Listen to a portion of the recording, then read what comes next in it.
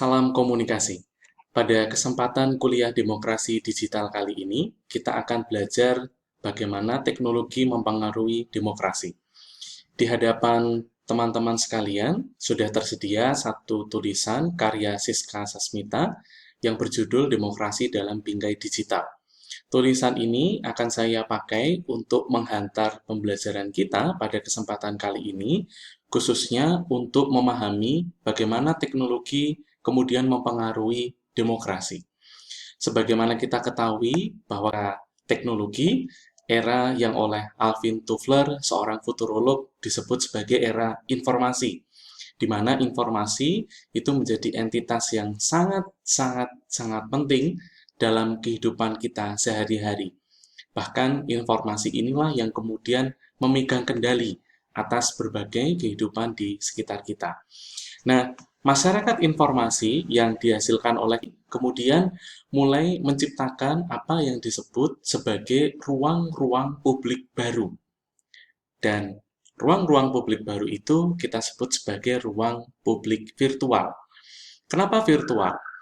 Ketika kita bicara demokrasi, maka kita akan selalu bertemu dengan ruang publik. Tidak melulu dalam arti fisik, tetapi ruang publik adalah sebuah ruang, sebuah suasana hidup di mana orang-orang atau masyarakat atau warga itu bisa dengan bebas, leluasa, merdeka mengungkapkan apa yang menjadi pemikiran mereka untuk dapat disumbangkan pada negaranya, untuk dapat terlibat dalam proses-proses politik yang diselenggarakan oleh pemerintahannya. Jadi ruang-ruang inilah yang kemudian dipakai oleh warga untuk memberi kontribusi kepada pemerintah tentang apa yang semestinya dilakukan untuk memajukan negaranya ini. Nah, ruang-ruang diskusi ini tidak melulu ruang-ruang diskusi yang selalu sifatnya mendukung saja, tetapi bisa juga ruang-ruang diskusi yang di dalamnya ada kritik, ada catatan, ada adu argumen, dan sebagainya, hingga tercapai satu titik konsensus yang nanti akan dijalankan oleh semua pihak yang terlibat di dalam proses diskusi di ruang publik itu. Nah, di era digital, di era di mana teknologi komunikasi dan informasi ini hadir di sekitar kita, ruang-ruang publik itu kemudian menjadi ruang publik virtual. Artinya apa? Ketika warga akan menyampaikan pendapat, ketika warga akan berdiskusi satu sama lain tentang sesuatu kehidupan mereka, tentang suatu kebijakan yang sudah dikeluarkan oleh pemerintah, sedang dikeluarkan oleh pemerintah maupun akan dikeluarkan oleh pemerintah, mereka kini tidak lagi harus bertemu secara fisik. Jadi ruang-ruang publiknya itu kemudian hadir secara virtual. Tentu kita bicara teknologi di sini yang turun dalam bentuk media-media baru seperti yang sekarang kita pakai juga. Salah satunya media sosial. Lewat media sosial, kita berkesempatan untuk mengungkapkan apa yang menjadi pemikiran kita. Kita berkesempatan untuk mengkritik pemerintah kita berkesempatan untuk mewujudkan apa yang oleh konsep demokrasi Aristoteles itu disebut sebagai demokrasi langsung sebenarnya. Artinya kalau dulu yang namanya demokrasi langsung itu harus selalu dalam bentuk fisik, tapi kini tidak lagi.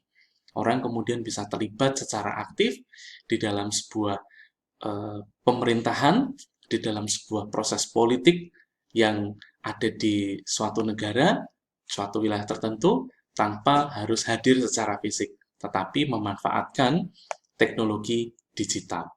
Maka sebenarnya prinsip-prinsip demokrasinya akan tetap sama, yakni yang penting adalah kesejahteraan masyarakat dan seluruh kegiatan berdemokrasi itu diarahkan untuk tercapainya kesejahteraan masyarakat.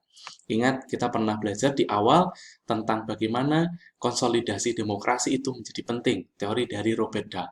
Di sana dinyatakan bahwa dengan adanya konsolidasi demokrasi, maka sebuah negara akan lebih terjamin gerak langkahnya untuk menuju satu titik yang disepakati bersama, yakni tercapainya kesejahteraan masyarakat. Saya akan lanjutkan. Nah, demokrasi di era digital ini banyak juga disebut sebagai demokrasi elektronik, di mana ada beberapa hal yang menjadi ciri dari demokrasi ini.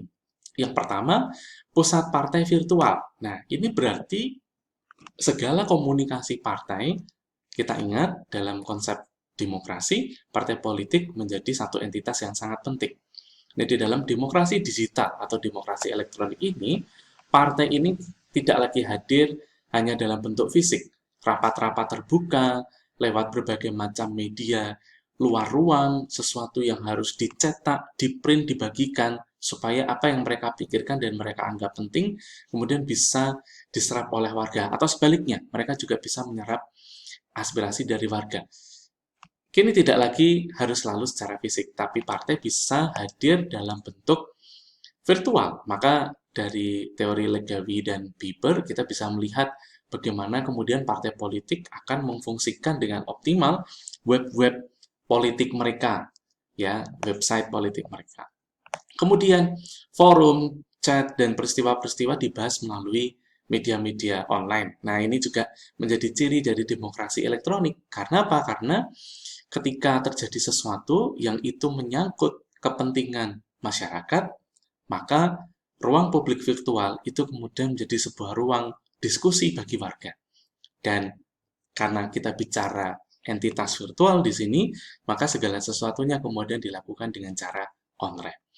Kemudian organisasi partai digital, nah ini juga tadi sudah saya sampaikan bahwa saat ini partai-partai sudah dikelola dengan modern dan basis komunikasinya digital. Memang tidak mudah untuk membuat partai sepenuh-penuhnya kemudian bisa adaptif terhadap teknologi digital, tetapi saya melihat kita menuju ke sana. Nah, salah satu konsekuensi yang kemudian besar dari ini adalah adanya kampanye online. Karena ketika partai politik kemudian hadir secara digital, maka proses kampanye juga akan dilakukan secara online, termasuk nanti tanggapan-tanggapan atas kampanye itu, atau juga pada kesempatan lain ketika orang menyampaikan protes. Nah, itu dalam bentuk online. Maka sekarang kita mengenal misalnya change.org, di mana orang bisa membuat sebuah petisi online untuk mendorong suatu hal itu berubah di masyarakat, untuk mendorong negara mengeluarkan kebijakan yang lebih pro rakyat dan medianya adalah media internet. Orang tidak perlu lagi turun ke jalan, demonstrasi, teriak-teriak, mengganggu masyarakat yang lain, tetapi semua bisa dilakukan secara virtual. Maka ini menegaskan apa yang digambarkan oleh Anthony Wilhelm bahwa di era demokrasi elektronik ini, pemecahan masalah itu juga dilakukan secara online. Artinya apa? Ketika terjadi sesuatu, ketika terjadi masalah, maka masyarakat akan punya jalan untuk berkomunikasi dengan pemerintahnya. Dan itu dilakukan secara virtual. Tidak hanya untuk berdiskusi, tetapi juga dalam rangka menyaring informasi, menghasilkan pikiran-pikiran untuk menuju satu titik sepakat. Dan itulah nanti yang akan dijalankan.